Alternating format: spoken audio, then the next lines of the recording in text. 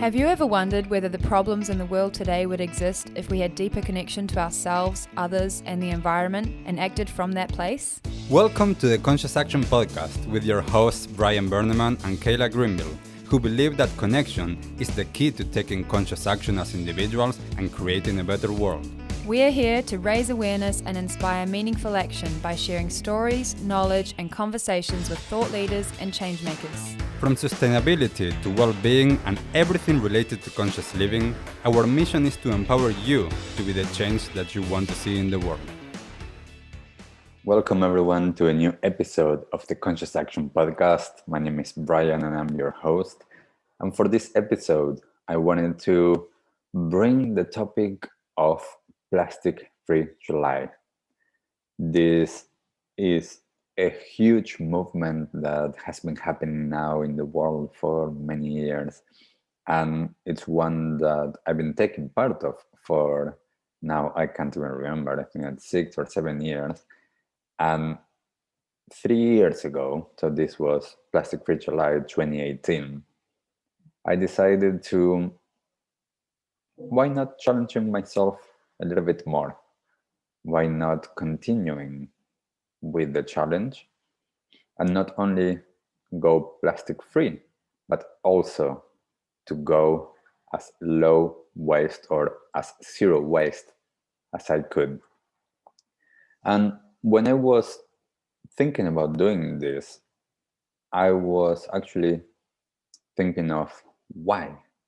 Why do I want to do this? Why do I want to challenge myself to do that? And one of the things that I realized was that at the foundation, at the basis of taking part of challenges and making changes like this for our life is why? Why do I care? Why do you care about making a change like this? Do you care about climate change? Do you care about the environment, about plastic on the beach or in the ocean, about the amount of pollution there is, about your own personal health, about the animals, about your legacy and the next generations? It's really important to understand that aspect, because once you understand that, it's easier to take the actions that align with that, or easier at least. So for me, I know that my own journey, I care about my well-being with my own health, what I eat, what I put into my body, the impact that that has. I love to be connected with Mother Earth, with nature, with its natural spaces. And therefore, I care about how those spaces are upkept. I care about going to different places and to leave them better than I found them. So as I started to realize what I cared about, I started to align my behavior to that.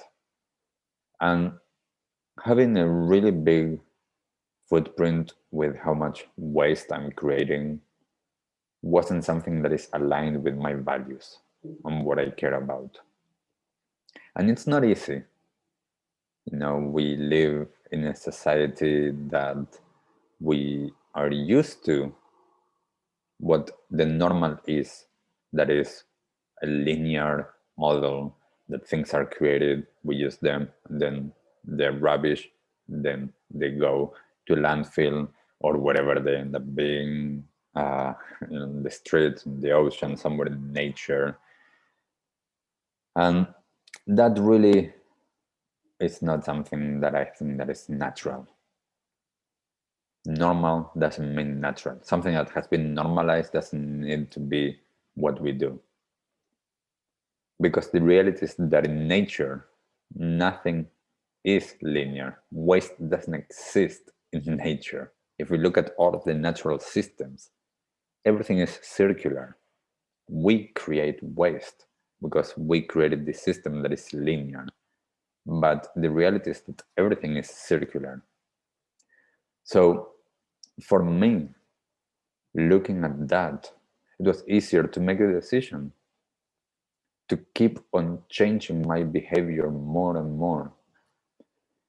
And one of the biggest things with this was understanding my consumption habits, understanding where I'm buying things from, how are those made, and then what happens with all the things after I use them. I decided to slow down even more, to be able to look and take stock of what I was buying, where I was buying it from, how I was voting with my dollars. And I started to realize I am fortunate enough here in New Zealand to be able to have the local farmers market where I can go with my own reusable bags. I can buy the produce from there. I live in a house where we grow some veggies, therefore I can get some veggies from there. I can go to some refilleries to go with my own containers or glass jars, and I can refill them with all the rest of the things that I need. So I started to realize that if I did that, most of the waste that I was creating, that's gone. Because most of the waste that I was creating came from what I was eating. So if I started to buy everything from the farmer's market, I stopped going to the supermarket, I stopped buying things that came with packaging. Now, this was something that I needed to actually make a decision. And this was one of the hardest ones. That was those things that I cannot find without packaging, I'm just not going to buy them. I'm not going to eat that product that I cannot find without packaging. Now, also, just to share, I'm vegan, so I eat a fully whole food plant-based diet, and some things it's really challenging to find without package. And most of those packages are single-use plastics, so it was a decision that I had to make. Not everyone is going to make that decision, but for me, it was more important to align with what I care about, with reusing single-use plastic, with reusing the amount of rubbish that I was creating, rather than my taste buds. Of course, I try as much as possible to eat a really balanced diet to make sure that my health is well. But that is a decision that I made. That's not a decision for everyone. I made that decision. And it's been really incredible to see that I can do it. And actually, it is possible to reduce a lot of the waste that we create just by changing a few things with what we eat. Then I started to notice that beyond that, where else was I getting some waste? And some of it was if I was buying something, I would get it in, if I was carrying it home, in that courier, usually if I didn't specify in advance, which now I do, if I do buy something, I specify in advance for however they are sending that, please not sending that in plastic. And it is those little things that I started to reduce that also helped me. So with Plastic Free July and with reducing our waste, it's not as hard as sometimes we might think that it is. I know for me it wasn't that hard. It is a little bit less convenient. And with that, I think that for a lot of people, that makes it really challenging, because a lot of the people that I talk to, a lot of my clients, their lives are really busy. They are running around, going from thing to thing to thing. And that's perfectly okay. I'm not saying that's not good. For me, slowing down, going a little bit more minimalist makes my life easier.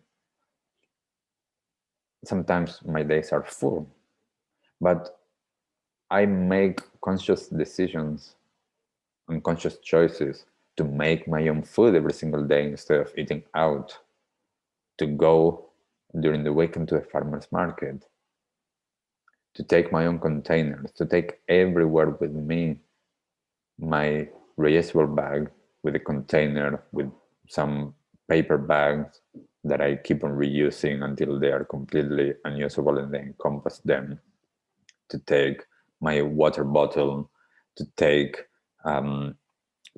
reusable cutlery.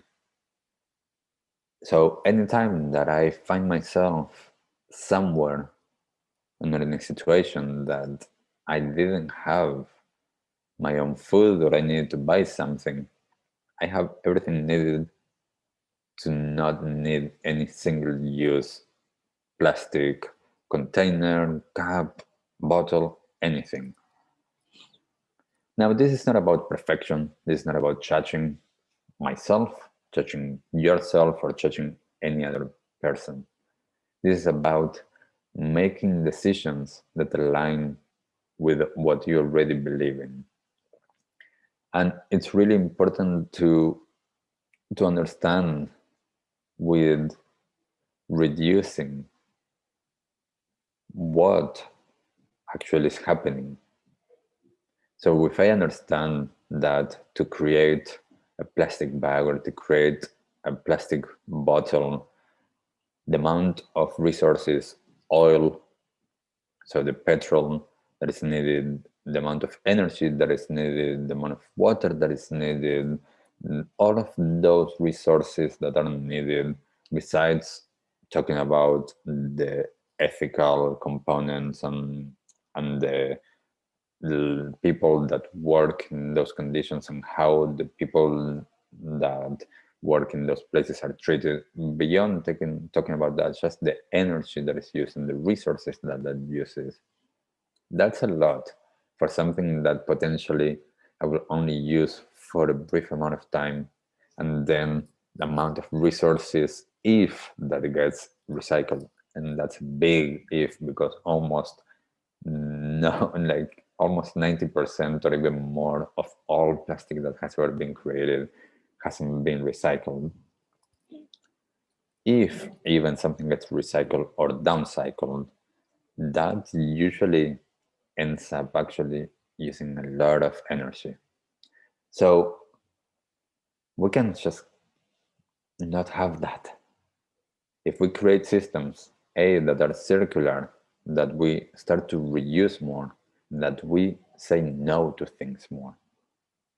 I love free stuff. I think that almost everybody loves free stuff, but I've been to a few conferences that they were giving some giveaways and some goodie bags and some free samples.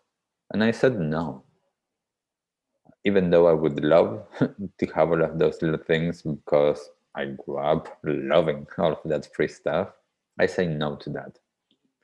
And when I challenge myself with Plastic Free July and I challenge myself beyond that, that's a personal journey. And that's something that each of us go through differently. We all learn differently. I learned so much more about composting. I learned so much more about the local community next to me. I learned so much more about how I like to engage with people and how I prefer to know where my food is coming from, the people that are growing it, the love that they are putting behind it, knowing that I'm supporting someone with a face that I know. And those little things really helped me. So for this plastic-free July, I invite you, if you haven't joined yet, to join, to challenge yourself, to see what are those little small things that you can change. But first of all, knowing your why, knowing what you care about, knowing that you don't need to be perfect, there's no such thing as perfection. It's just about what is the next conscious action that you can take each and every single day. Seeing what is that, being kind to yourself whenever you don't do that, being kind to others that don't know, that perhaps they don't care about the same thing that you care about.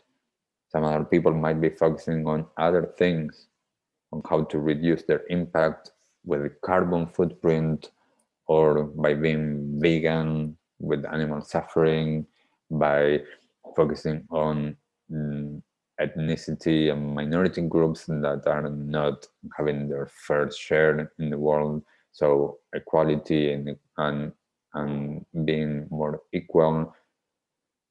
There's so many things that people are focusing on. So it's not up to me and up to anyone to judge. It's about understanding, do I care about this? Yes. Is there something that I can do about this? Yes or no? And potentially it's yes, a little bit. I'm going with that little bit. So I encourage you, if you care about this, give it a go. See how it goes. Sign up for the challenge and see, get inspired by other people doing this. I know that it's possible. I'm in this journey. I know a lot of people that are in this journey. We've had already in the podcast a lot of people that are in this journey. So get inspiration from people. Take the time. See where can you make small changes. How can you have a bigger impact in the world? By reducing your footprint, your negative footprint, by reducing the amount of plastics that you use. So go, take the challenge, and let us know how it goes for you. What did you like the most about this episode? Take a moment to think about what change you can make in your life today.